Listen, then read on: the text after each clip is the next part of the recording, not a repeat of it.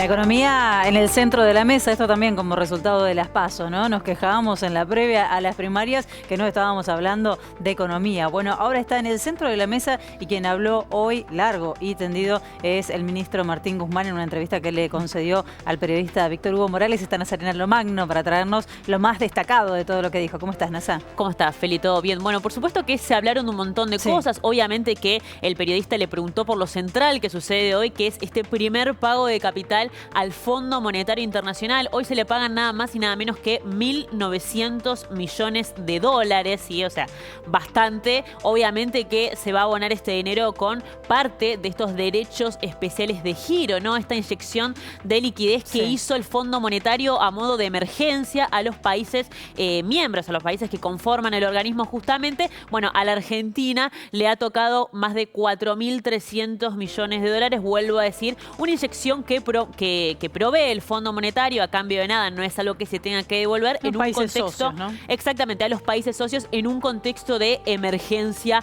económica a nivel mundial. Bueno, con ese dinero que claramente le genera un alivio financiero al país, con parte de ese dinero se va entonces a abonar este primer vencimiento. Tenemos otro muy parecido también en cuanto al valor en diciembre, pero ese debería decirte que está un poco en stand-by, porque no se sabe si primero va a haber un acuerdo que haga que se integre ese vencimiento de también más o menos 1.900 millones de dólares y no se pague porque directamente se patee, ¿no? Para adelante, junto con los otros pagos que comienzan a partir de 2022, pagos por casi 20.000 millones de dólares, ahí se viene la justa, o se llega a un acuerdo después de diciembre de 2021 y si se contemple ese pago en el presupuesto. Bueno, habrá que ver qué sucede. Bien, bueno, son números exorbitantes, sí, ¿no? son inimaginables. Es difícil de mencionarlos. Bueno, vamos a las declaraciones. Vamos a las principales declaraciones. Claro, es importante remarcar qué es lo que dijo el ministro después de toda esta crisis política que parecía que se lo llevaba puesto, pero finalmente quedó ratificado en el cargo en la cúpula económica. Bueno, vamos con el primer punto. A ver, le dijo el ministro de Economía Martín Guzmán a Víctor Hugo Morales: el establishment financiero que ha escrito las reglas de juego que hacen un mundo desigual sigue queriendo profundizar su poder. Bueno, claro, hablando de las negociaciones con el Fondo Monetario, de las condiciones, ¿no?, que presentan estos organismos a la hora de otorgar créditos que parecieran sumamente flexibles, pero a la hora de devolverlos, ahí se pone el estatuto sobre la mesa. Y un poquito, Feli, lo que hablábamos ayer. ¿Cuál es el rol de los organismos financieros? ¿Salvarte o dejarte en condiciones sumamente complicadas, no? Condicionarte el crecimiento económico en pos de una evolución cada vez más grande del dinero que aquella vez se pidió. Bueno, es un debate filosófico un poco más, si se quiere, ¿no? Pero la idea es poder cambiar un poco lo que planteaba ayer el presidente. Te diría que si con esta crisis no cambian las prioridades y las lógicas de estos organismos, difícil, ¿no? Que suceda después. Tal cual. Claramente, como dice el ministro del establishment, va a tener intereses muy distintos a lo que puede tener un país de ingresos medios y bajos que busca crecer. Bueno, congeniar eso claramente se complica mucho. Vamos, si querés, a la segunda declaración. Bueno, acá nada más y nada menos hablando de la vicepresidenta Cristina Fernández de Kirchner. Consultaron por la charla que tuvo con la vicepresidenta y por la relación. Esperábamos un poco esto. ¿Qué pensaba el ministro después de la carta, ¿no?, que emitió la vicepresidenta? Bueno, dice: la vicepresidenta consideró que había un ajuste fiscal. Yo digo que hubo una política fiscal expansiva y una reducción del déficit. Políticamente hablando, me pareció un tanto extraño que públicamente salga a contradecir a la vicepresidenta, porque no termina de dejar claro con esta declaración, bueno, cuánto va a girar el rumbo económico. De todas maneras, parecieran ser diferentes miradas, ¿no? Claro. Lo hizo en un tono muy respetuoso. Sí, decir, incluso en la próxima placa lo vamos a ver cómo, digamos, valora la figura política de la vicepresidenta. No, eso por supuesto, pero me llama la atención cómo igualmente el ministro sigue, digamos, en su posición, ¿no?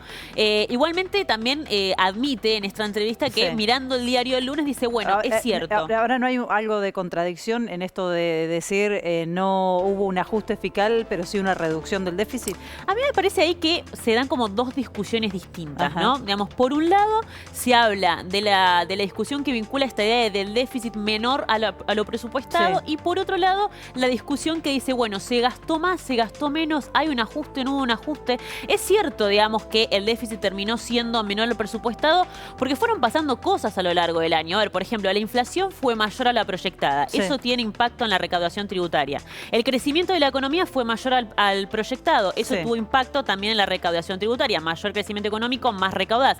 Y después hubo cosas que no se contemplaron. Por ejemplo, el precio internacional de los commodities no estaba contemplado en el presupuesto. Eso hizo que hayan mejorado Claro. las arcas fiscales. Pero de todas maneras tenías 4 y gastaste 2. Que él lo reconoce que Claro. pudo haber habido un error, ¿no? Es que eso va por un lado, digamos. Bueno, es cierto, digamos, los ingresos estaban acá, los gastos estaban acá. Bueno, digamos, eso fue, de a poquito la brecha fue achicándose, Bien. ¿no es cierto? Pero sí es cierto que hubo un ajuste, digamos, en algunas partidas hubo subejecución, en otras se ejecutó más. Pero si vos mirás los datos de jubilaciones, salarios públicos, transferencias a provincias, hubo un recorte. Entonces, bueno, hay cosas en las que se gastaron más, otras en las que se gastaron menos. Me parece que la discusión no pasa tanto por el cuánto, porque si el presupuesto efectivamente a comparación de 2020 y 2019 creció, el tema es en cómo. Bueno, en cómo se distribuyó me parece que va más la discusión.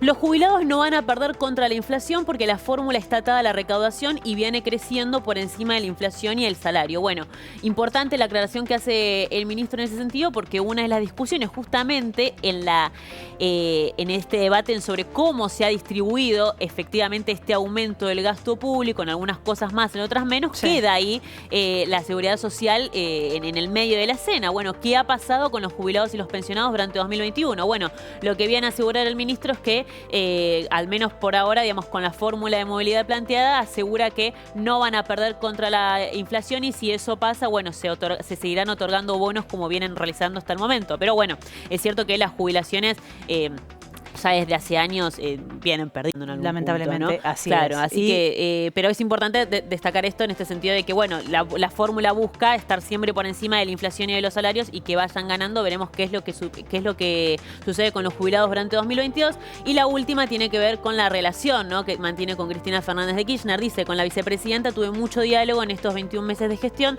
Conocí a una persona realmente excepcional.